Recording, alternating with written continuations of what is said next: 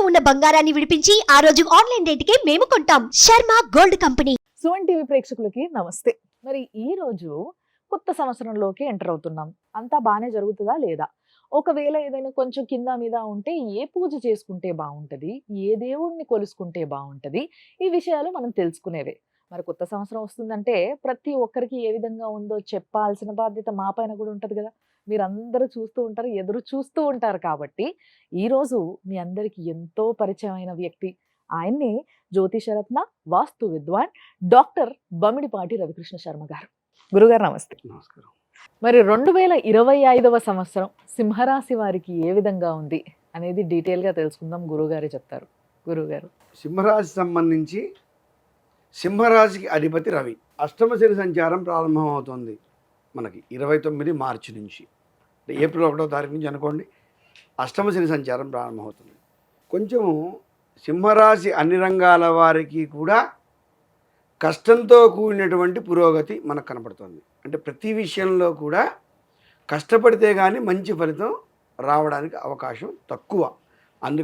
అందుకోసమని కొంచెం గత 2-3 సంవత్సరాల నుంచి అద్భుతంగా ఉంది. ఈ సంవత్సరం కొంచెం కష్టతరంగా ఉంటుంది కాబట్టి జాగ్రత్తగా వ్యవహరించాలి. అలాగే కొంచెం మీ సమయాన్ని ఎక్కువ వెచ్చించాలి. మీరు ఏదైతే ఫలితాన్ని పొందామని ఒక పని అనుకున్నారో ఆ పని మీద శ్రద్ధ అవసరము, జాగ్రత్త అవసరము, దృష్టి కేంద్రీకరణ అవసరం. అవుతుందిలే అని వదిలిపెట్టడానికి అవకాశం లేదు. ఇక విద్యార్థులకు సంబంధించి బాగా ప్రిపేర్ అయ్యి మార్చి వరకు ఉంటారు. ఏప్రిల్ 1 తర్వాత ఏదైతే ఎగ్జామ్స్ ఉన్న వాళ్ళు ఉన్నారో ఏ క్లాసులో అయినా మీరేం చేస్తారంటే కొంచెం గట్టిగా కష్టపడండి. కష్టపడడం వల్ల మీరు అద్భుతమైనటువంటి పురోగతిని సాధించవచ్చు, మంచి విజయాలు. ఉద్యోగస్తులకు సంబంధించి తప్పనిసరిగా మీ మేనేజ్మెంట్ నుంచి, ఎవరైతే ప్రైవేట్ ఉద్యోగస్తులు ఉన్నారో అలాగే ప్రభుత్వ ఉద్యోగస్తులు, పై అధికారుల నుంచి ఒత్తిడి బాగా ఉంటుంది. అంటే మీరు ఎంత కష్టపడ్డా కానీ ఏదో చేయలేదు, ఇంతేనా చేసింది అని రివార్డు రావాల్సినటువంటి స్థానంలో ఏదో కొంత ఇబ్బందులు రావడానికి, దానివల్ల మానసిక సంఘర్షణకి గురవడానికి అవకాశం ఉంది. కాబట్టి కొంచెం చేసే పనిలో శ్రద్ధ, అలాగే మీరు చేస్తున్నది మీ మేనేజ్మెంట్కో అలాగే మీ పై అధికారికో తెలిసేలా చేయండి. మీరు చేయడం వల్ల మంచి అభివృద్ధి కొనసాగుతుంది. అలాగే ఎట్టి పరిస్థితుల్లో అనవసర విషయాల్లో తలదూర్చవద్దు. ఉద్యోగస్తులు మీకు సంబంధించిన విషయాలే మాట్లాడండి, పక్క వాళ్ళ విషయాల్లో కలగజేసుకోవద్దు. అలాగే ఎవరో ఏదో సలహా ఇచ్చారని ఉద్యోగం మారదామనో, ఇక్కడి నుంచి ఇంకో దగ్గరికి వెళ్దామనో, విదేశాలకు ప్రయాణం చేద్దామనో ఎవరి సలహా మేరకు మీరు పరిగెట్టద్దు. మీరు చక్కగా ప్రణాళిక వేసుకొని ఇది తప్పనిసరిగా నేను సాధిస్తాను అని ఒక మంచి ఉద్దేశంలోకి వచ్చాక, నిర్ణయానికి వచ్చాక మీరు గనక ముందుకు వెళ్ళినట్లయితే గనక సింహరాశి వారికి ఉద్యోగంలో ఎటువంటి నష్టం జరగకుండా ఉంటుంది. ఇంకా వ్యాపారస్తులకు సంబంధించి ఈ యొక్క ఎవరైతే చిట్ ఫండ్, ఫైనాన్సు, అలాగే షేర్ మార్కెట్, అంటే కష్టపడకుండా డబ్బు సంపాదించి ఇన్నాళ్ళు బాగా ఉన్నారో వాళ్ళు చాలా జాగ్రత్తగా ఉండాలి. ఇలా వచ్చి అలా మాయమైపోతాయి డబ్బులు.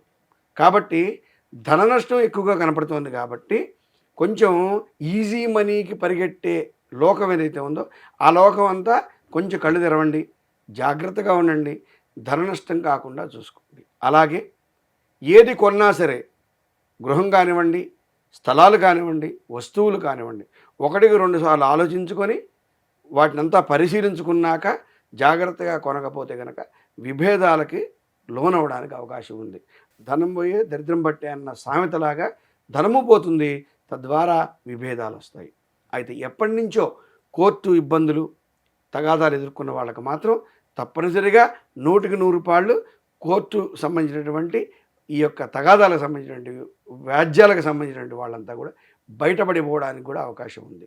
ఇక చాలా ముఖ్యమైన విషయం, అందరూ సంతోషించే విషయం, ఎవరైతే రుణగ్రస్తులై ఉన్నారో, అప్పు చేసి ఉన్నారో, అప్పులు ఆల్రెడీ మన దగ్గర ఉన్నాయో, చేసి ఉన్నాము, ఏది 29 మార్చి వరకు కూడా తప్పనిసరిగా ఈ సంవత్సరం అప్పులు తీరుస్తారండి. తప్పనిసరిగా రుణ బాధలు తొలగిపోతాయి. అంటే ధనం మన దగ్గర నుంచి వెళ్ళిపోతుంది. అలాగే ఆదాయం విషయానికి వచ్చేసరికి 4-5 మార్గాల ద్వారా ఆదాయం సంపాదించడానికి కూడా అవకాశం ఉంటుంది. ఇన్నాళ్ళు ఒక్కటే ఆదాయం వచ్చేవాళ్ళు 2-3 రకాలైనటువంటి ఆదాయం, అంటే మనకు అవకాశాలు వస్తాయి. 2-3 రకాల ఆదాయం కూడా సమకూరుతుంది. కాకపోతే దీనికి దానికి సరిపోతుంది. అంటే ఏదైతే రుణ బాధలు ఉన్నాయో దానికి సంబంధించి అవి తీర్చడానికి సంబంధించిన ఆదాయం 2-3 మార్గాల్లో మనకు వస్తుంది. తద్వారా రుణ బాధలు తొలగడానికి ఎక్కువ అవకాశాలు ఉన్నాయి. ఇంకా రాజకీయ రంగం వాళ్ళు జాగ్రత్తగా ఉండండి. వెన్నుపోటుదారులు ఎక్కువగా ఉంటారు. మీతో సహచర్యంతో సన్నిహితంగా ఉండేవాళ్లే తప్పనిసరిగా మిమ్మల్ని ఇబ్బంది పెట్టడానికి అవకాశాలు ఎక్కువగా కనపడుతున్నాయి.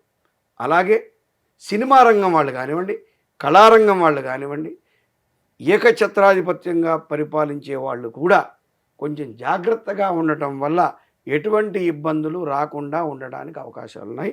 ఏమాత్రం అహంకారంతోనో, కోపంతోనో లేదా ఆవేశంతోనో, నాకేంటి అనేటువంటి ప్రగాఢమైనటువంటి నమ్మకంతోనో ఈ సంవత్సరం సంచరించినట్లయితే కొన్ని అవమానాలు ఎదుర్కోవడానికి అవకాశాలు కనపడుతున్నాయి. కాబట్టి కొంచెం జాగ్రత్తగా ఉండండి. సినీ కళారంగం వాళ్ళు, అలాగే ఈ సంగీతం అలాంటి రంగంలో ఉన్న వాళ్ళందరూ కూడా.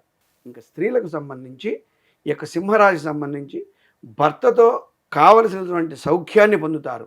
అలాగే కుటుంబ సభ్యులతో సౌఖ్యాన్ని పొందుతారు. పేరు ప్రతిష్టలు సంపాదించుకుంటారు.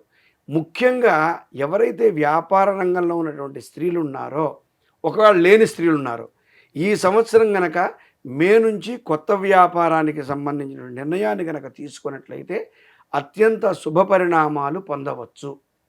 ముఖ్యంగా ఫుడ్ కానివ్వండి, వస్త్రం కానివ్వండి, తెలుపు రంగు కలిగినటువంటి వ్యాపారాలు. అంటే ఇప్పుడు వస్త్ర వ్యాపారం అంటే తెలుపు సంబంధించిన రకరకాల రంగులు ఉన్నప్పటికీ పత్తి అది వచ్చే కాటన్ మాత్రం తెలుపే. అలాగే పాలకు సంబంధించిన వృత్తులు ఎవరైతే ఉన్నారో, అంటే ఈ యొక్క ఐస్ క్రీమ్ పార్లర్స్ కానీ అటువంటి వ్యాపారాలు, బేకరీస్ కానివ్వండి, అలాగే హోటల్స్ కానివ్వండి, ఎవరైతే స్త్రీలు ప్రారంభిస్తారో ఈ సంవత్సరం, అంటే స్త్రీల పేరు మీద భర్తలు ప్రారంభించినా సరే అద్భుతమైనటువంటి ఫలితాలు పొందవచ్చు. చాలా ఆశాజనకంగా బ్రహ్మాండంగా ఉంటుంది ఈ సంవత్సరం. అలాగే ఇంకా ఆరోగ్య విషయానికి వచ్చేసరికి కొంత రాహువు యొక్క ప్రాబ్లం వల్ల, రాహువు యొక్క దృష్టి వల్ల కొన్ని యాక్సిడెంట్లు అవ్వడానికి అవకాశం ఉంది.